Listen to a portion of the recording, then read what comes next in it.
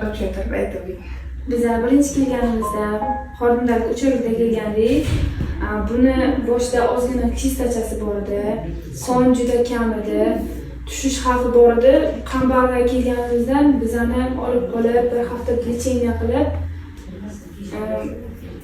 lecheniyalar bilan tavuqlar bir hafta yurganimizdan keyin 9 oy davomida bizga o'zlari qarab, muddatda dorilarni, lecheniyalarni qilib, shu holatgacha olib keldilar. Bizlar minnatdor bizlar. Mana soppa-sog'lom qo'limga olib oldim buni.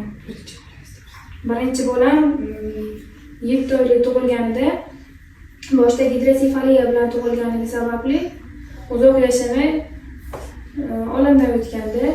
Bunga ham xuddi shu narsa bo'lgani uchun biz ham qo'rqib, bu ham xuddi shunday bo'ladimi deb shu yerga keldik. Mana o'z lecheniyalari o'z samarasini ko'rsatib, mana endi xursandmiz. Ha, shu